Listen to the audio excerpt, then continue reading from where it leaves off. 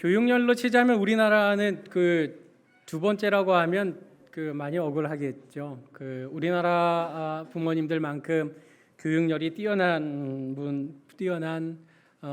부모님들도 없는 것 같습니다. 많고 많은 양육의 태도와 또 양육에 대한 이런 그 가르침들 가운데 특별히 오늘 성경에 그 모세의 부모님에 대한 기록을 우리는 살펴볼 수 있습니다. 여러 가지 많은 교육 이론, 이거 들으면 이거 같고 저거 들으면 저거 같은 것이 현실입니다. 그러나 변치 않는 교육 방법을 오늘 성경에서는 우리에게 소개해 주고 있습니다. 그것은 바로 믿음의 부모가 자녀를 믿음으로 길러내는 바로 그 사실에 있습니다. 여러분, 모세 부모님은 애굽의 종으로서 그 잠도 제대로 이루지 못하고 고된 노역에 시달리던 부모였습니다. 그러니 자녀 양육에 대해서 청취할 일도 없었고 자녀 교육을 어떻게 해야 되는지 공부할 기회도 없었고 배울 기회도 없었던 부모님들입니다. 그럼에도 불구하고 모세의 부모님은 실로 이스라엘 역사에 있어서 손에 꼽힐 만큼 위대한 인물로 그 자녀 모세를 길러냈습니다.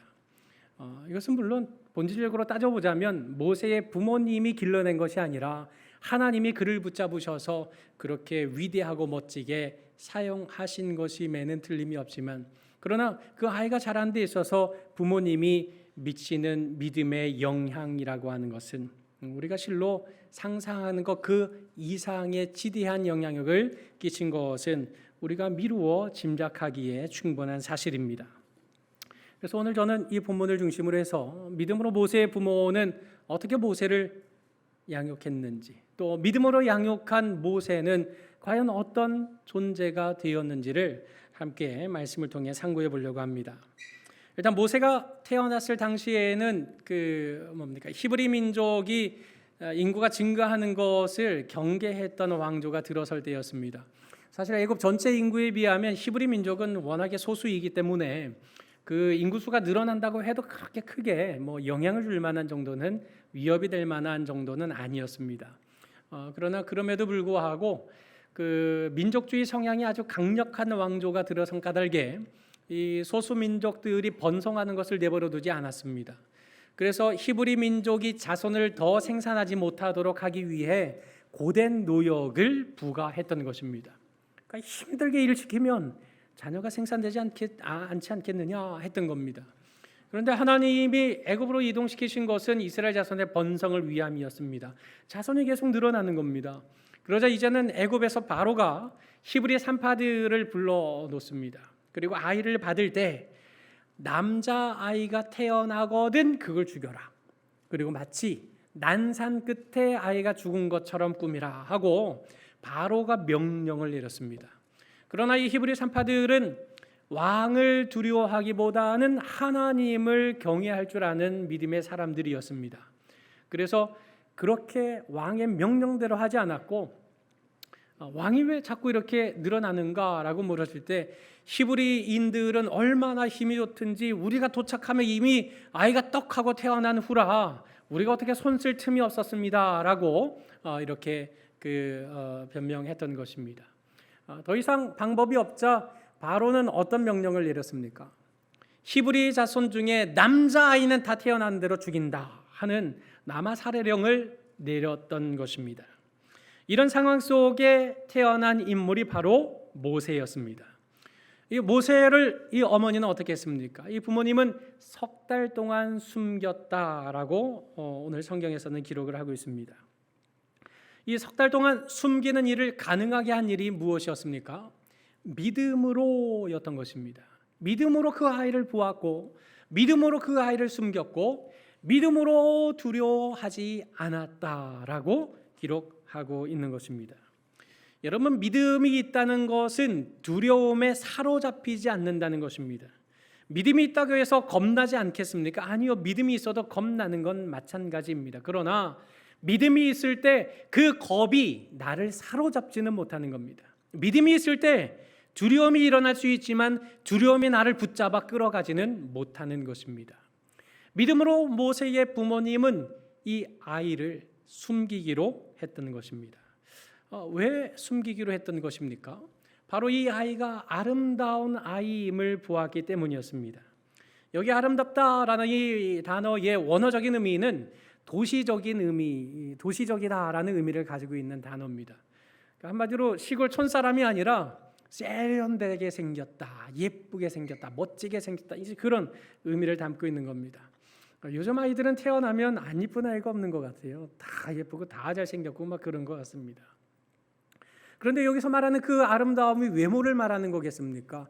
아니요, 그렇지는 않습니다. 사도행전 7장 20절에 스데반 집사에 의해서 모세에 태어났을 그 당시를 조명하고 있는데, 그때 모세가 낳는데 어땠습니까? 하나님이 보시기에 아름다운지라라고 기록하고 있는 것을 보면, 바로 이 모세의 부모님은 이 생명이 어디서부터 왔는가? 하나님께로부터 왔다. 이 생명을 주신 이가 누군가? 하나님이시다. 그렇다고 한다면 이 아이를 우리가 살겠다고 바로의 명령 앞에 내어주는 일, 이거는 믿음 없는 행동이 아닌가? 우리 살자고 이 아이를 세상에 내어주는 것은 그야말로 비겁한 부모 되는 것은 아닌가? 그래서 믿음으로 숨기기로 결단을 내린 것입니다. 그래서 석 달 동안 숨겨서 이 아이를 길렀던 것입니다. 여러분, 이 모세라는 이 아이 하나 때문에 모세의 부모의 생명이 걸리게 되고 말았습니다. 모세라는 이 아이 하나를 숨기는 일 때문에 그의 누나와 그의 형의 목숨까지도 담보할 수밖에 없는 상황이 되고 말았던 것입니다. 여러분, 바로의 명령을 거절하게 되고 그게 발각이 되면 그 생명이 어찌 될 것은 뻔한 사실이지 않습니까? 인권이고 뭐고 그런 것이 없는 시대에 이거 걸리기만 하면 그냥 말 그대로 온 가족이 끝장나고 마는 것입니다. 그런 의미에서 합리적으로 생각해 보자면 그냥 왕의 뜻과 명령을 따라가는 것이, 다른 사람들과 그냥 똑같이 살아가는 것이 그게 우리에게 주어진 삶의 지혜이지 않을까라고 생각할 수도 있지 않았겠습니까? 그러나 그럼에도 불구하고 모세의 부모님은 믿음을 붙잡고 이 생명이 하나님께로부터 왔다고 한다면 이 생명이 하나님으로 말미암고 하나님께로 돌아가 하나님의 영광을 나타내도록 이 아이의 생명을 지키고 보존하는 게 오늘 부모된 우리의 사명이지 않는가를 생각했던 것입니다. 그래서 결국 어떻게 했습니까? 믿음으로 모세가 났을 때 그 부모가 아름다운 아이임을 보고 석 달 동안 숨기게 되었는데, 그 숨긴 사건에는, 숨기기로 했던 선택과 결정에는 하나님을 경외하는 마음이 왕의 명령을 두려워함보다 훨씬 더 컸다라는 사실을 말씀하고 있는 겁니다. 여러분은 어떻습니까? 세상을 두려워하고 계십니까? 아니면 하나님을 더 경외하는 마음이 큰 상황 속에서 살아가고 있습니까? 이 0.7이 무엇을 의미하는 숫자일까요? 뭐 속닥속닥 하시는데 뭘까요, 이게요? 출생률이요. 맞습니다. 출생률입니다. 이게 어느 나라 출생률이냐면요, 우크라이나의 출생률입니다. 지금 우크라이나가 어떤 상황입니까? 러시아와 전쟁 중에 있습니다. 하루하루가 불안한 삶을 살아가고 있는 땅입니다. 그 전쟁통에 있는 나라의 출산율이 0.7입니다. 아이를 낳을 수 있는 그 모든 여인의 숫자 대비 출산한 숫자를 계산해 보니까 0.7명을 낳고 있는 겁니다. 우리나라는 몇일 것 같습니까? 0.65명입니다. 전쟁 중에 있는 나라보다 출산율이 현저하게 떨어지는, 여러분 이거 어떻게 생각하십니까? 여러분, 2명이 결혼해서 1명을 낳으면 세월이 지나면 우리나라 반토막 나는 겁니다. 그런데 0.65명을 작년 4분기 통계를 보니까 0.65명을 낳고 있습니다. 그럼 우리나라의 미래는 어찌 되겠습니까? 시간 흐르면 반의 반토막 나는 곳입니다.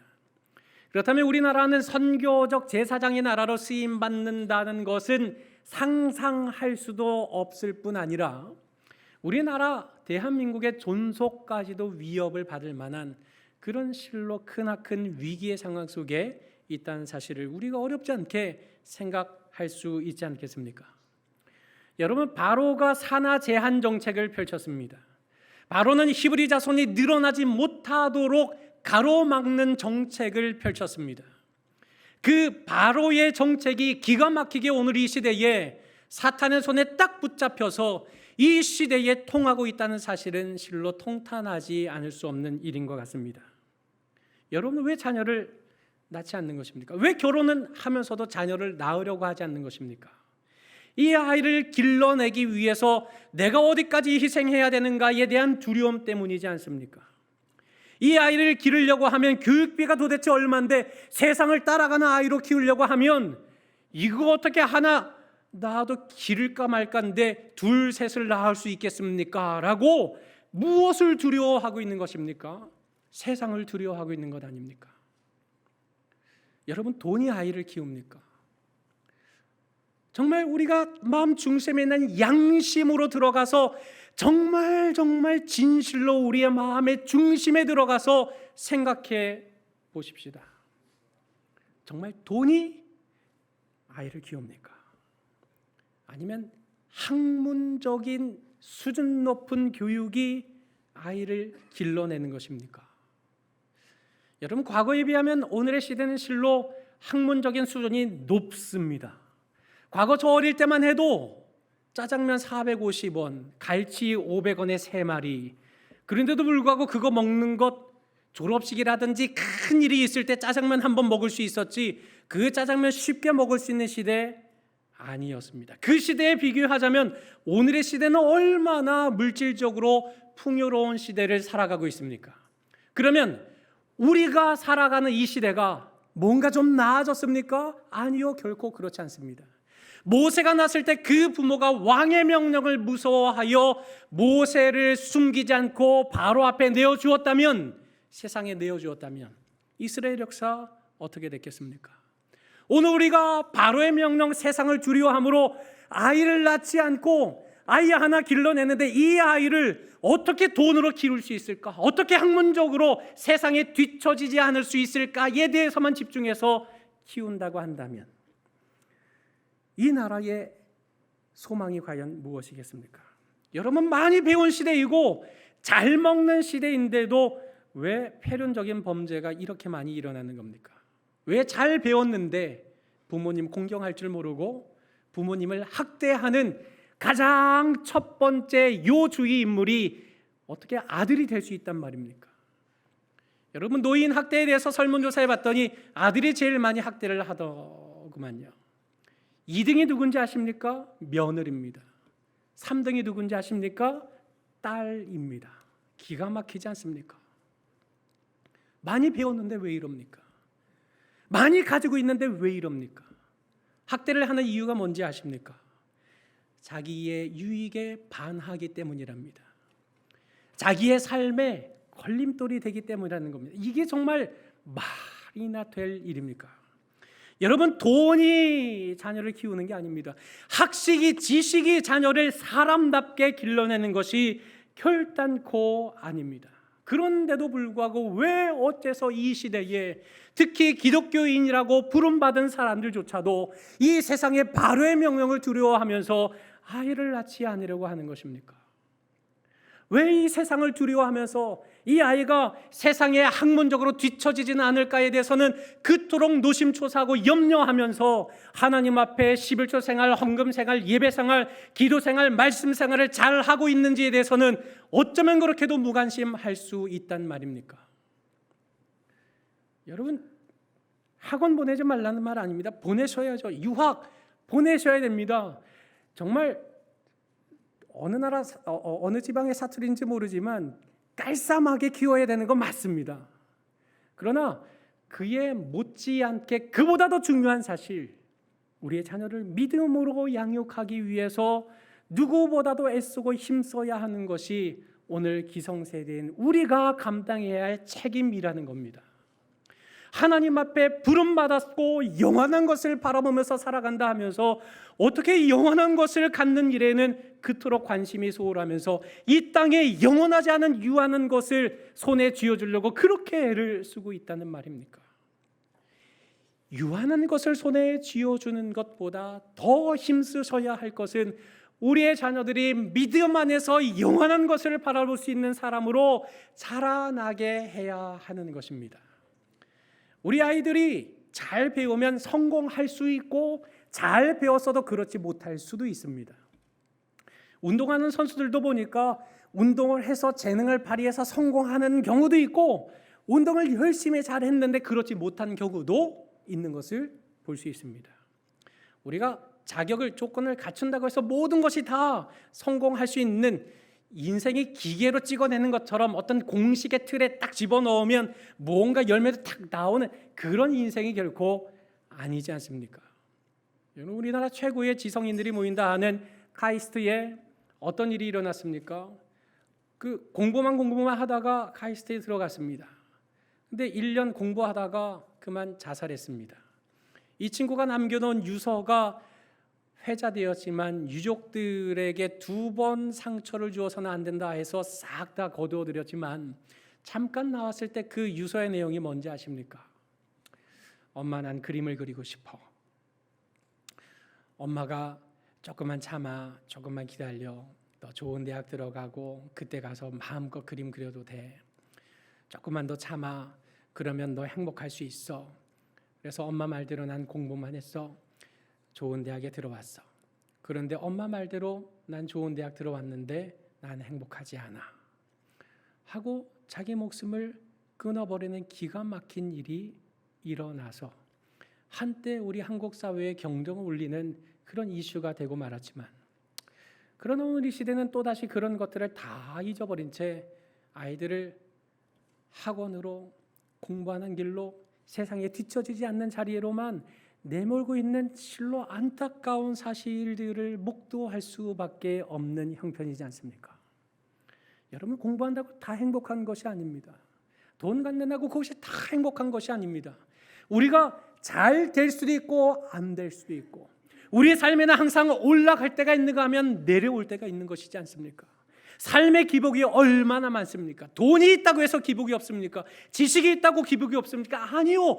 누구든지 삶의 기복은 다 있는 것입니다.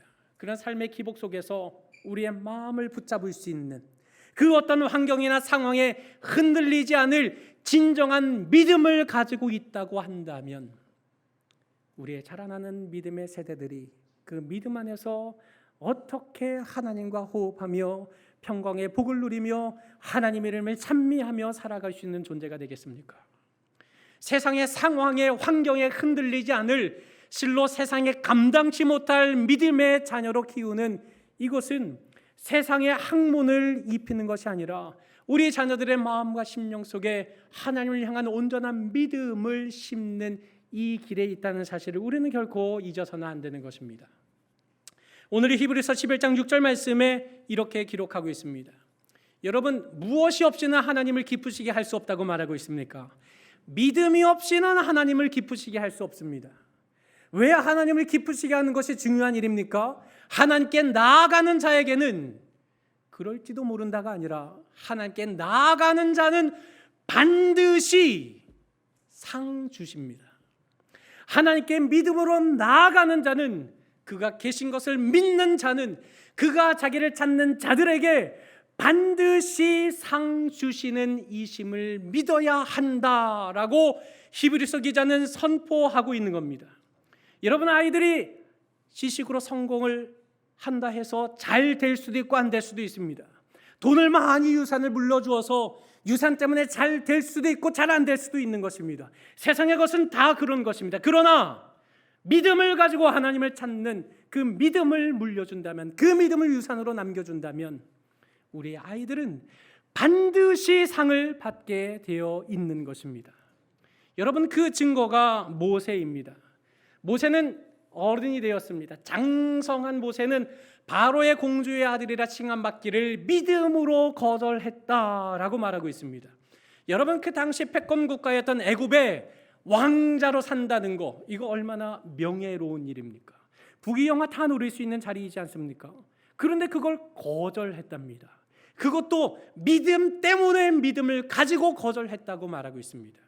왜 믿음을 가지고 거절한 것일까요? 이어지는 말씀에 오히려 그는 잠시 죄의 향락을 누리는 것을 포기했다는 말입니다. 애굽의 왕자로 살면 잘 살 수 있습니다. 걱정 없이 살지도 모릅니다. 그러나 그 삶은 죄의 향락을 누리는 삶일 뿐이라는 사실, 이 땅을 살아가는 그 삶 속에만 주어진 것이라는 사실을 모세는 알았던 것입니다.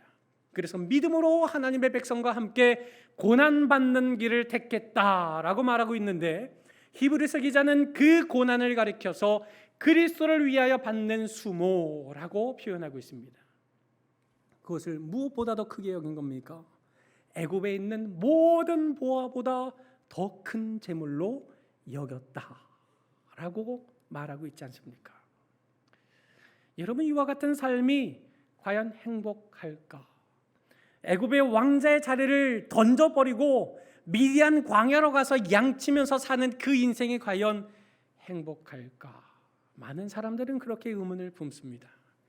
그러나 하나님 안에서 사는 것, 주 예수와 동행하니 그 어디나 하늘나라가 되는 이런 놀라운 신비를 체험하는 하루하루의 삶이 얼마나 큰 평안과 기쁨이 넘치는 삶이 되는 것은 우리가 맛을 보고 체험해 보아야 아는 것입니다.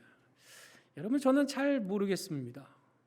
그러나 타워팰리스에 사시는 분들 보니까 그 안에서 사시는 분들의 삶을 조명한 한 글을 읽어보니까 참 그 집에 들어가면 굉장히 행복할 것 같은데 꼭 그렇지만은 않은가 봅니다.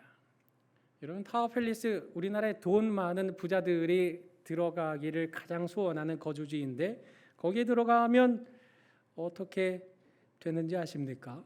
만족하지 않고 그 안에서 클래스가 또 나뉘어진다고 합니다. 그 안에서 일어나는 클래스는 아주 극명하다고 합니다. 그 집의 차가 뭔지, 그 부모님은 어떤 일을 하고 있는지, 그 안에서도 몇 평에 살고 있는지, 이런 것들이 클래스별로 그룹이 나뉘어져서 레벨을 따라서 그 안에서 어울리고 있다는 것, 참 기가 막히지 않습니까? 거기에 살면 누구든지 참 평안할 것 같다라고 생각을 하지만 되려 가지면 가질수록, 배우면 배울수록 내가 가지지 못했다는 사실이, 내가 모르고 있다는 사실이 더 많아지는 이런 기가 막힌 세상이 바로 그 세상의 본질인 것입니다. 그럼에도 불구하고 얼마나 많은 사람들이 이 땅에 잠시 동안의 죄악의 향락을 누리기 위해서 저 돈을 갖기만 한다면, 내가 저 집을 소유할 수만 있다면 마치 모든 것을 만족할 수 있는 것처럼 착각하면서 살아가고 있습니까? 그러나 모세는 그것을 포기했습니다. 믿음으로 그리스도를 위하여 받는 수모를 애굽의 모든 보화보다 더 큰 재물로 여겼다라고 오늘 성경은, 히브리서 기자는 설명하고 있는 것입니다. 자, 그럼 우리가 한 가지 생각해 보실 것이 있습니다. 모세가 나일강에 띄워져서 애굽의 바로의 공주의 손에 붙잡혀서 살지 않았습니까? 40살이 될 때까지 40년을 애굽의 궁정에서 살았습니다. 어떤 믿음이 있었기에 그 애굽에서 믿음을 가르칠 리는 없지 않겠습니까? 그럼 이 모세는 어떻게 믿음으로 이런 선택을 할 수 있었겠습니까? 출애굽기 2장 7절로 9절 말씀에 보면 이렇게 되어 있습니다. 그 바로의 공주가 모세를 나일강에서 발견하고 난 다음에 그 모세의 누나였던 미리암이 쫓아갑니다. 그리고 그 공주에게 말하기를, 히브리 여인 중에서 유모를 불러다가 이 아기에게 젖을 먹일까요? 하고 묻습니다. 그 아이를 낳지 않았으니 젖이 불어날 리가 없지 않겠습니까? 그러니 아이를 살리려면 유모가 필요한 것입니다. 그래서 미리암이 그렇게 제안을 하자 이 바로의 공주는 수락했던 것입니다. 그리고 바로의 딸이 그에게 이르되, 이 아기를 데려다가 나를 위하여 젖을 먹이라, 내가 그 삭슬 주리라 하고 약속했던 것입니다. 결국 믿음으로 석 달 동안 숨겼다가 아이의 울음소리가 커지니 더 이상 숨길 수 없어서 하나님 앞에 맡기고 나일강으로 떠내보낸 이 아이의 생명이 어떻게 됐습니까? 하나님의 기가 막힌 역사 속에 다시금 그 어머니 요게벳의 품에 돌아오게 되었던 겁니다. 여러분, 이 아이와 헤어질 시간이 명백하게 확정되어 있지 않겠습니까? 이 아이가 젖이 필요할 때까지, 즉 젖을 떼기까지 요게벳은 자기 아들을 자기 품에 품을 수 있습니다. 그러나 그때가 지나면 어찌 됩니까? 애굽의 바로의 공주에게로 다시 이 아이를 보낼 수밖에 없습니다. 그러니 그 시간이 다가올수록 어머니의 마음은 얼마나 무거워졌겠습니까? 이 짧은 시간 안에 아이와 헤어지기 전에 어떻게 해서든지 이 아이의 심령에 하나님의 말씀을 새겨 놓아야 하겠다는 절실함과 다급함이 그 어머니 요게벳의 마음을 지배하지 않았겠습니까? 젖을 먹이는 시간마다 이 아이와 헤어지는 시간이 다가올수록 이 아이를 향한 간절한 마음을 가지고 하나님 앞에 기도하면서 얼마나 하나님의 말씀을 그 귀에 들려주었겠습니까? 바로 그 어린 시절에 어머니의 신앙 교육이 이 아이 모세가 자라나서 장성한 어른이 되었을 때 애굽의 바로의 공주라 칭함받기를, 바로의 공주의 아들이라 칭함받기를 거절하고 그리스도와 함께 고난받는 자리를 선택하는 믿음의 자리까지 성장하여 나아갈 수 있다는 사실을 오늘 우리는 이 성경을 통해서 유추해 볼 수 있지 않습니까? 여러분, 믿음은 들음에서 나고 들음은 그리스도의 말씀으로 말미암는 것입니다. 그런 까닭에 우리 아이들이 세상에 잠시 동안 일어날 향락에 우리 아이들을 빼앗기지 않기 위해서는 어찌하든지 어릴 때부터 하나님의 말씀을 부지런히 먹이고 양육해야만 하는 것입니다. 오늘 본문 26절 하반절에 보니 모세가 상 주실 하나님을 바라보았다라고 기록하고 있지 않습니까? 믿음이 없이는 하나님을 기쁘시게 할 수 없다는 사실을 알고 있었던 겁니다. 잠시 동안 누릴 죄악의 향락보다 상 주실 하나님을 바라보는 그 믿음이 세상에 자기를 빼앗기지 않고 자기를 내어놓지 않고 하나님 앞에 붙잡히는 인생의 길로 이끌었다는 사실을 오늘 우리는 성경을 통해 발견할 수 있지 않습니까? 여러분, 우리가 잘 알고 있는 마시멜로 이야기는 미국 스탠퍼드 대학의 윌터 미셸 교수가 4살 아이들을 대상으로 실험한 내용을 담고 있습니다. 실험은 간단합니다. 접시 위에 마시멜로 하나 올려놓는 겁니다. 선생님이 나갔다가 올 건데 15분 있다가 올 거야. 그때까지 이거 먹지 않고 참고 있으면 마시멜로 하나를 더 해서 2개 먹을 수 있어. 그러니까 기다려봐 하고 이제 나간 거죠. 먹고 싶으면 먹어도 돼 하고 이제 나간 겁니다. 어떤 그룹은 참았어요. 어떤 그룹은 참지 못하고 먹었던 겁니다. 이 아이들 이 실험이 1972년에 실시된 건데 이 아이들이 자라날 때마다 이 아이들의 어떤 그 상황들이 어떻게 대조가 되는지를 추적해서 관찰했던 것입니다. 그런데 그 결과는 매우 놀라운 것이었습니다. 일단 15분을 기다릴 수 있었던 아이들은 기다리지 못했던 아이에 비해서 우리 수학 능력 시험과 같은 미국의 SAT 점수가 이게 만점이 1600점이었나요? 1400점이었나요? 아무튼 1400점인가 1600점인가 아무튼 그렇습니다. 그런데 평균 점수가 무려 참을 줄 아는 아이가 210점이나 평균 점수가 높았습니다.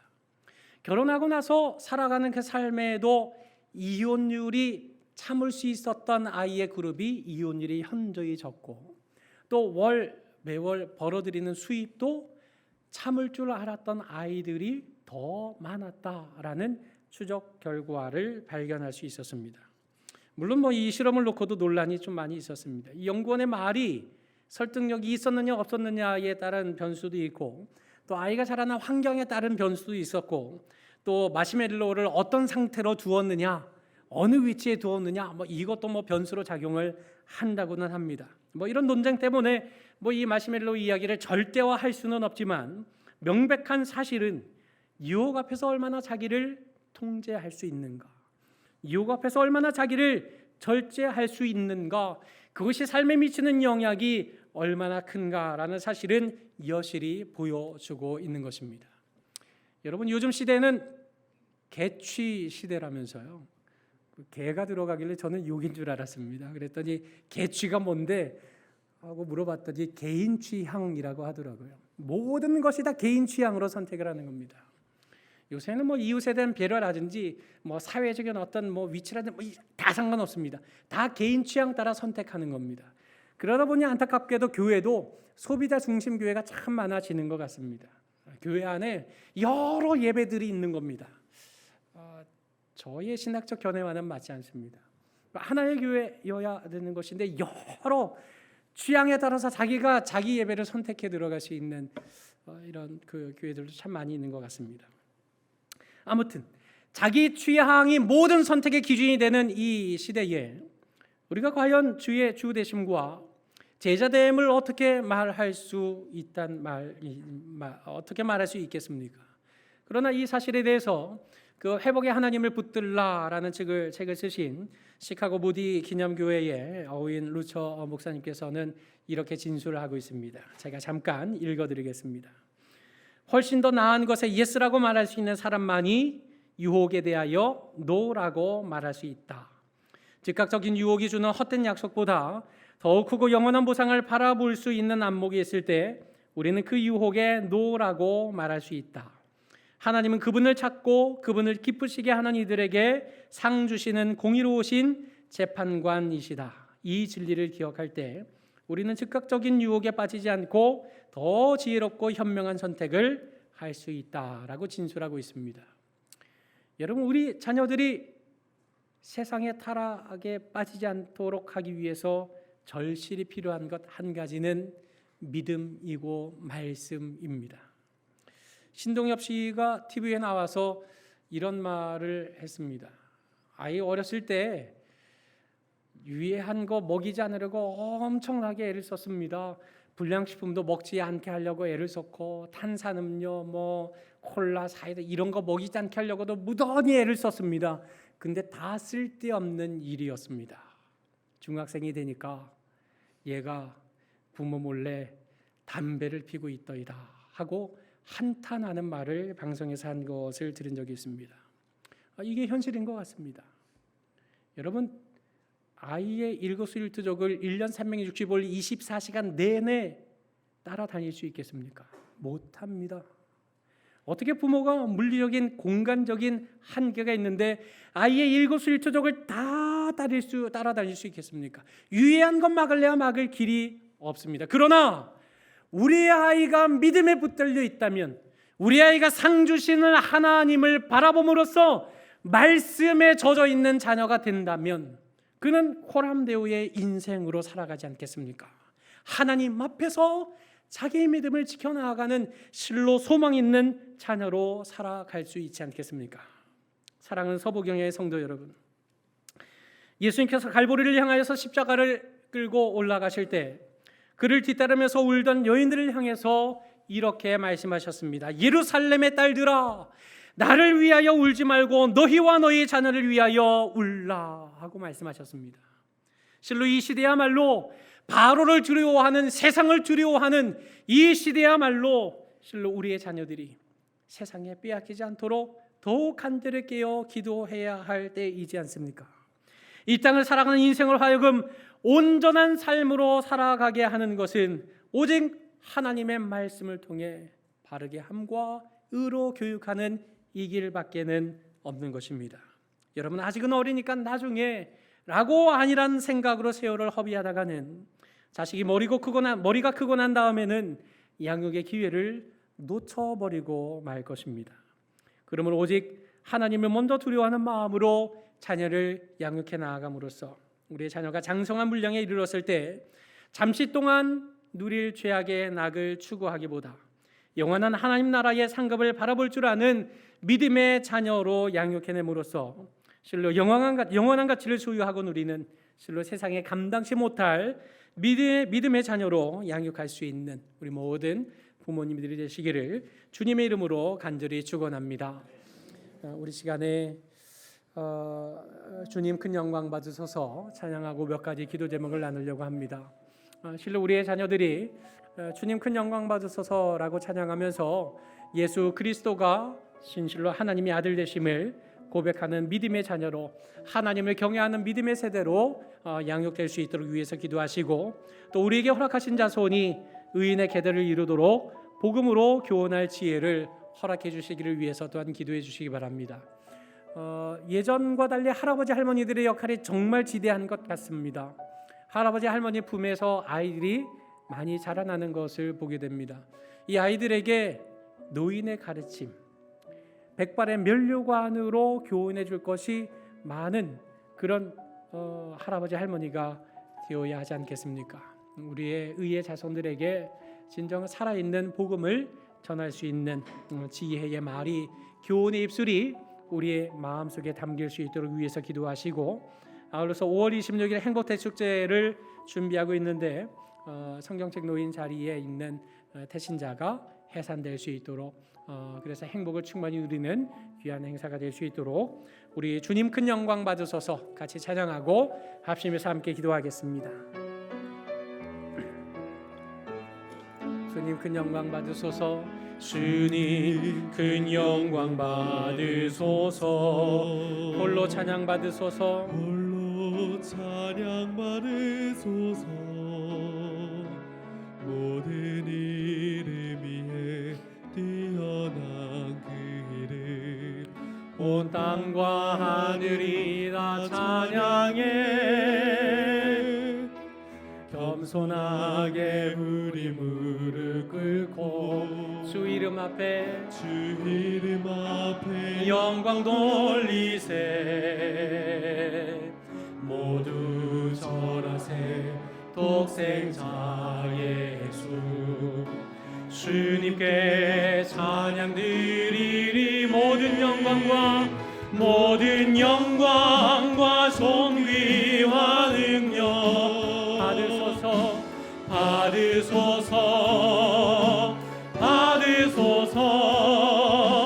영광과 존귀와 능력 받으소서. 그리스도 살아계신 모든 영광과 존귀와 능력, 모든 영광과 존귀와 능력 받으소서. 주님 받으소서. 영광과 존귀와 능력 받으소서. 그리스도 살아계신 하나님. 우리의 자녀들을 위해서 함께 합심하여 기도하겠습니다. 걸어가신 아버는 감사합니다. 주님 큰 영광 받으소서. 홀로 찬양 받으소서. 모든 이름 위에 뛰어난 그 이름, 온 땅과 하늘이 다 찬양해. 겸손하게 우리 무릎 꿇고 주 이름 앞에 영광 돌리세. 모두 절하세 독생자 예수. 주님께 찬양 드리리. 모든 영광과 존귀와 능력 받으소서.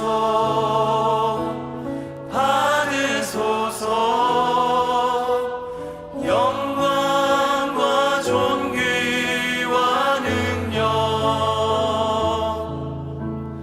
받으소서.